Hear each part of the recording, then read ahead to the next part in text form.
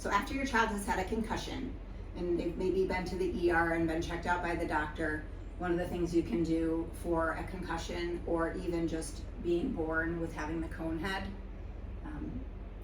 That sounds weird. Yeah, babies are born with cone heads, and that's also a frontal injury. So in the spine, it's connected from the frontals all the way to the sacrum. So lift up for me.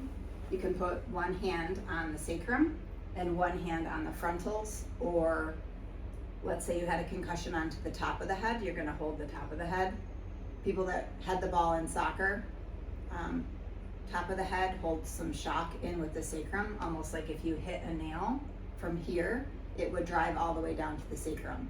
So giving birth too, some people have what's called a descended sacrum, and just shock held in the spine. Spinal infections can cause shock in the spine, injuries, heading the ball, all of these things, orthodontia. You can connect for 10 to 15 minutes, the top of the head to the sacrum. Depending on the sensitivity of your hands, you might feel some waves and connection. If you don't, that's fine, just hold for 10 minutes. Your child, depending on their age, might tell you they feel some building ache. They might start to get squirmy. They might have an emotional response. All of these are totally normal. This is a process called Neurofascial Process, and it was a term coined by my teacher, Sharon Weiselfish Giamateo, to help with fascial, neuroemotional, and somatic regulation in the body. Anyone can do it. It just takes neutral. So you're, the treating person, are staying in a sacred space of service to your humanity, and you are not talking about the news. You're not blabbering on and on like I'm doing right now. You would allow your person to drop into a place of grounded Earth Mother.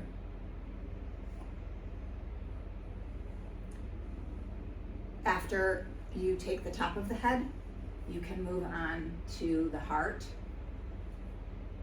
to sacrum, thoracic outlet to sacrum. You're going to hold this for 10 or 15 minutes, helping to take that shock from the whole spinal cord that might be anchoring down in the tailbone.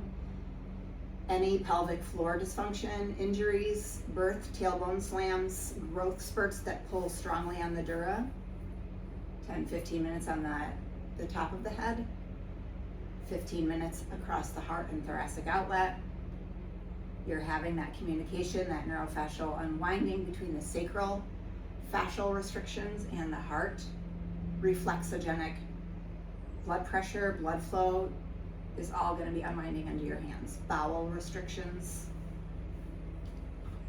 After that, you can go to the diaphragm. You have the spleen under this side, on the left side, the diaphragm, places of reflux, and the liver. Sacrum to diaphragm. And she's comfortably parked on her hips, and that's a good place for you to just have, depending on the age, they could be helping you by holding their own hips. So to help after you're done with the emergency room treatments from concussion and you've been checked out, you've done your ice, whatever your doctor recommends, you have one hand on the sacrum, one hand on the top of the head for 15 minutes, one hand across the collarbones and heart for 15 minutes, and then one hand across the whole diaphragm for 15 minutes. Bottom hand is always connecting with the sacrum. You might feel a bit of a rocking. You're just going to stay neutral, and you're not blabbering on and on, talking about the news or having news on in the background or talking over your person or being in their space with your own grief issues.